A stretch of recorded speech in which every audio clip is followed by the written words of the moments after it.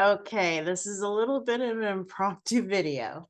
So you may hear some background noise. As you can see, I don't have a lot of fancy equipment, but I'm not AI. But I think this is very important because we do have a big transit coming up in astrology. We're talking about Saturn and Jupiter, the opposites. I did think it was important to try to hop on here and do something, even though I'm just starting at this channel.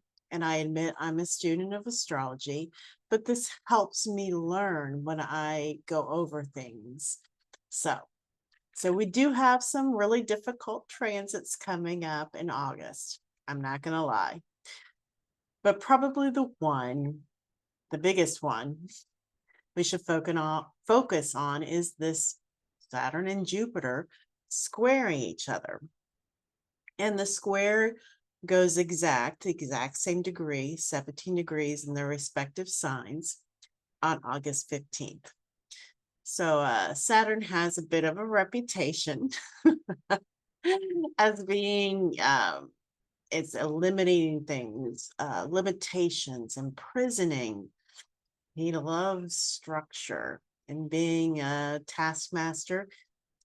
And while we always want to embrace both positive and negative aspects of a sign, he does tend to be a little bit negative, taking away, limiting things. He's the planet of discipline and also known as the gateway to the gods because in ancient astrology, Saturn was the farthest planet that could be seen by the naked eye because they didn't have telescopes then. So the ancients did not know about the outer planets, which we later discovered Uranus, Neptune, Pluto. And those are associated with the things that can't be seen, our spiritual nature. Um, but he's the gateway, or I would say more of a gatekeeper, sort of straddling the material world, the spiritual world. And you kind of got to get past him to get into those higher realms of spirituality. So, uh, and therein lies the rub. If you have a prominent Saturn in your chart, you know what I'm talking about. Says the Capricorn rising, which is ruled by Saturn. And I also have a stellium with Saturn in it in Pisces. So Saturn's pretty big in my chart. Now, Jupiter, on the other hand, represents expansion and spirituality and philosophy. So he's more of a positive authoritarian type, an authority, um, priests, teachers, things we look up to, not the things that, well, they may try to restrict us to, but it's the positive authority figures. So when you bring these opposites into a square, shit is going to get real.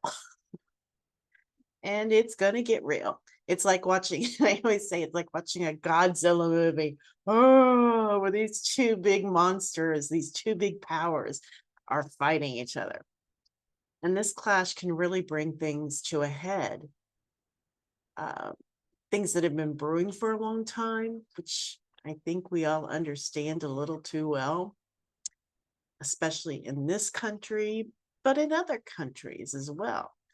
Um, on a mundane level, the overall picture, but also on a personal level. You may be feeling this in your relationships or your work.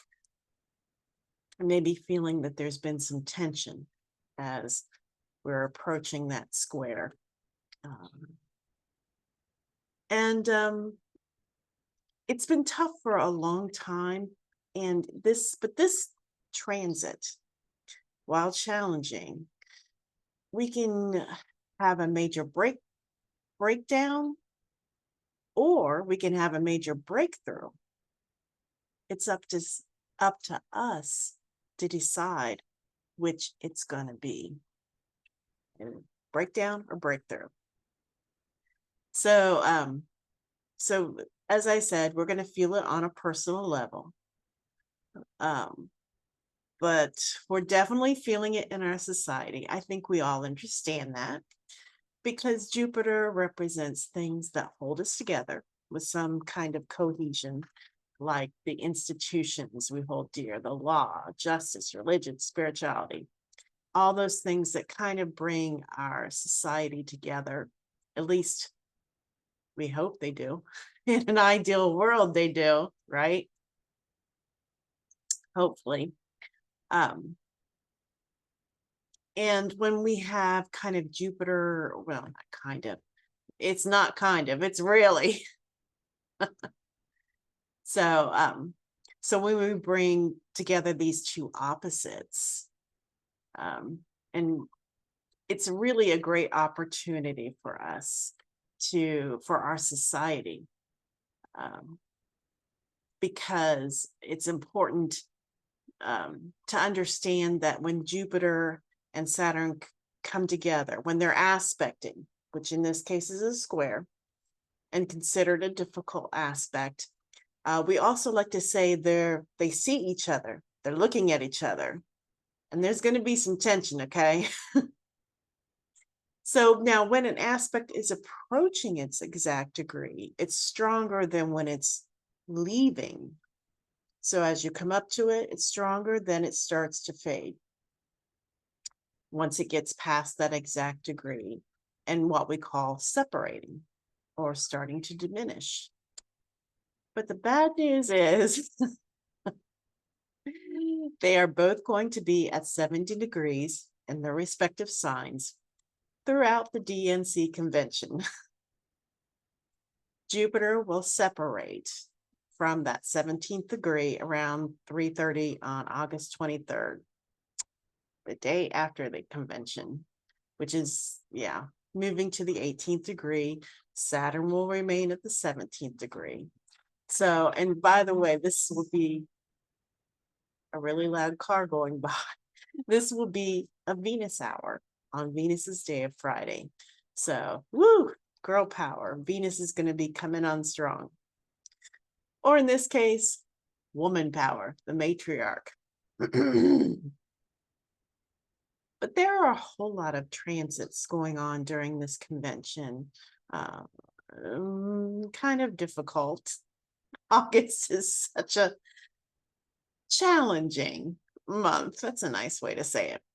For instance, another transit we should be looking at is Venus opposing Saturn, Venus being the goddess of love and being goddess in general, kind of representing the girls in the house. So Venus will hit the exact opposite of Saturn, which is in retrograde, and also in her fall in Virgo. So she's kind of held back by being in Virgo. And that happens on August 18th at 6:47 p.m. Notice this is approaching. This is before the convention, but this is when it's going to come to an exact degree. So if you know a little bit about astrology, you should have some alarm about Saturn and Venus opposing, especially with Venus in Virgo, which weakens her already. But of course, Saturn is also in retrograde. So, but I do think Venus is feeling this a little more than Saturn. So, and we can certainly understand the implications for women collectively with Venus kind of representing. And then Saturn can be challenging, it can be limiting, so that causes concern, but it can also bring discipline, hard work, tenacity to get things done. And I think we're seeing a little bit of that represented with Venus these days. So I think we can kind of say that although this is challenging, it certainly takes discipline and hard work and tenacity to get where you're trying to go, especially if you're a woman or a person of color or any other thing that our society has people that still look down on and try to repress. So the good news is this period of the Venus opposite Saturn does separate from the exact degree at 2:20 on the 19th, which is right when the convention is starting. Yay! So we may still feel a little bit of that effect, but it will be separating. So it will be diminishing. So there's a lot of other crazy transits kind of around this convention time. Um, a lot of things going on, but I'm trying to focus mostly on the big ones. We have Jupiter 2 degrees from Mars, the planet of separation and war. We have Mercury still retrograde, and it goes into what we call Cazimi, where it's on the same degree as the sun. So it's overshadowed by the sun and retrograde.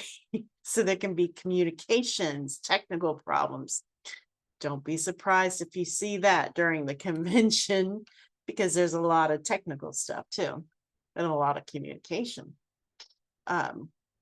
We have a full moon on August 19th, right when the convention's starting. And also we still have Uranus square the sun on the same date.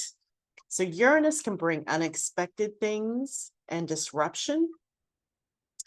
And that is in a square with the sun where we shine. It's going to be quite a convention.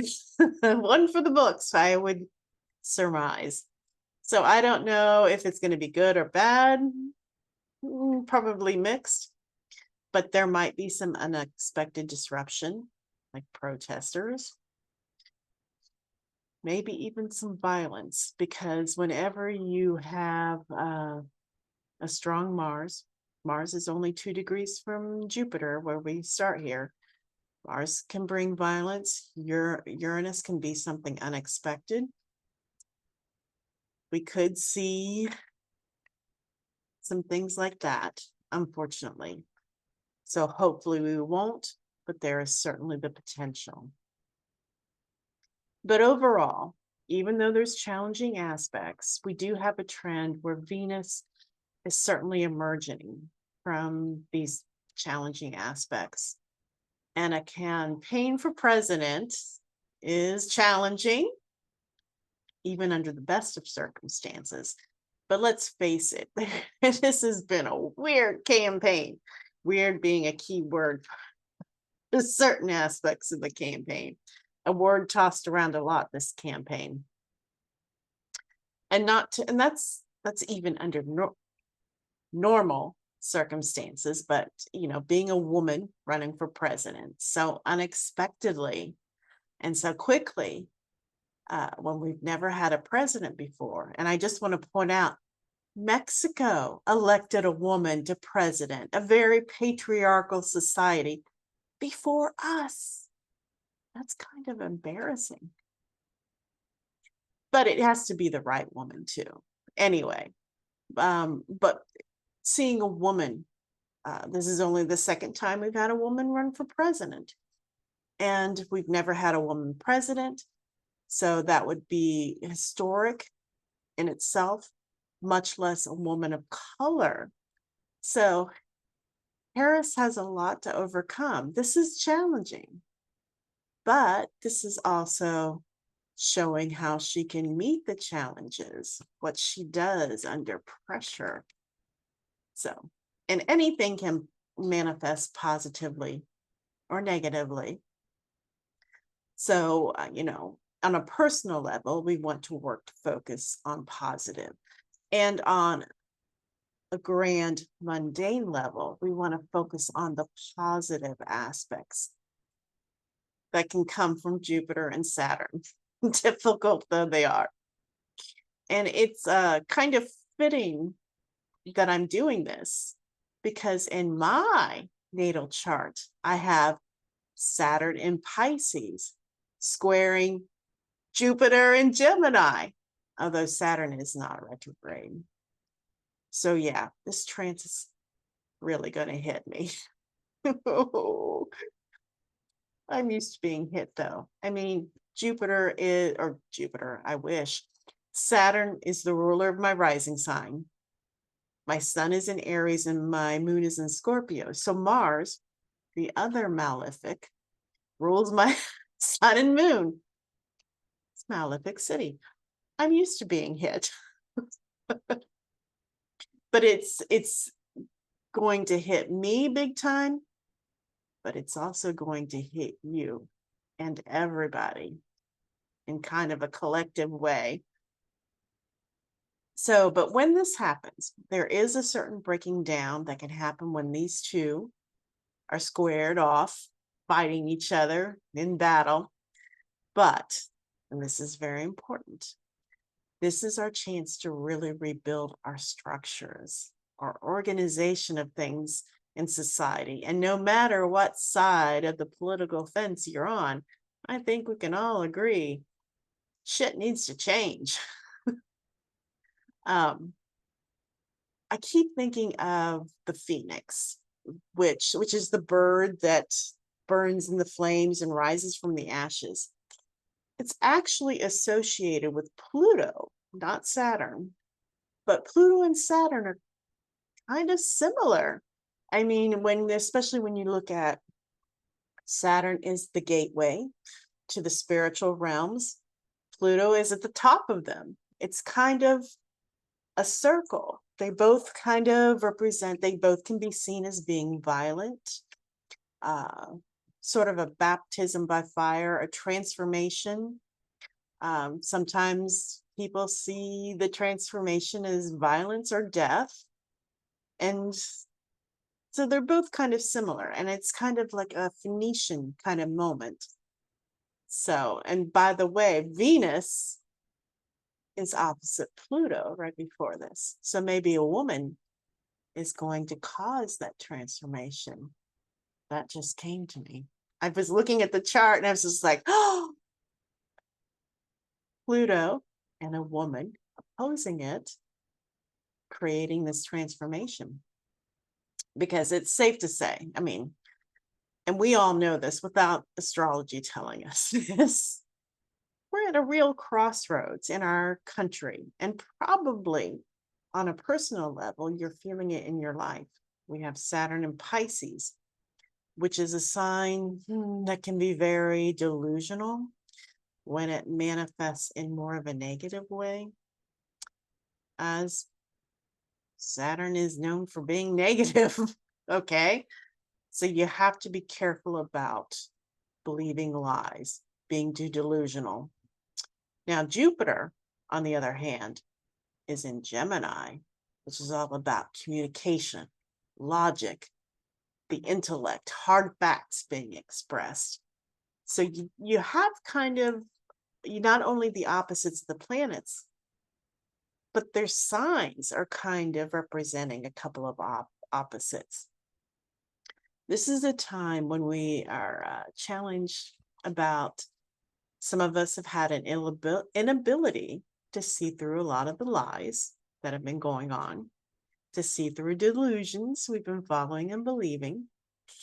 And we're being challenged to return to a more logical approach, I think, a more factually based and objective approach to things. I know some of you are saying, no shit. So, and Pisces can be seen or can manifest as being, like when we get really swept up into things, and get swept up maybe in a delusion because we feel so passionate about something and we lose our objectivity. We can't think straight. And then if we're in that Pisces mode, when Saturn comes in and tries to be the parent or the authority figure that comes along and says, you're wrong, you want to rebel against that and continue and go deeper into that delusion. And I think we've kind of seen that happening. On the other end of the on the other end of the extreme, I mean, Saturn is not a touchy-feely kind of guy, if you know what I'm saying. It's not somebody you want to cuddle with and talk about feelings. So, um, and then, like Gemini, Jupiter and Gemini is on the other side. So, but having said that, both extremes are not good. Neither extreme is good. So you don't want to go extreme in Saturn, but you don't want to go extremely objective and logical to the detriment of your emotions. You just need to approach your emotions and your subjectivity a little more maturely. Find a balance between objectivity and subjectivity. And this transit's kind of challenging us to do that, to not be so dogmatic or extreme and say, my side is the right side and you're wrong. And that causes, so much strife, which we all know all too well these days, I'm afraid. It's pretty sad that we can't even discuss things anymore. If you can't just disagree with someone, you have to hate them on a personal level. Yeah, God forbid we actually have a dialogue with people. Things have really gotten sad, I think, in that respect. So this square between Saturn and Jupiter, it's tough, not gonna lie. But it can help to bring us together if we navigate it constructively. That's the key. You can apply this to your personal life as well as the mundane things. Your personal life, maybe your relationships or your work. You're dealing with these same issues, and probably are, because people are so divided. But try to be objective and fact-based. But don't go so overboard to be cold and disregard facts and emotion and passion. So I hope that makes sense. If it doesn't now, it probably will in a couple of weeks when we see the manifestation. So buckle your seatbelt. It's going to be a wild ride through August. This is a good month to stay in bed. All right. So as I said, I hope that makes sense. So we'll see what happens. Try to manifest Jupiter and Saturn square positively. All right. That's it. Take care. Bye-bye.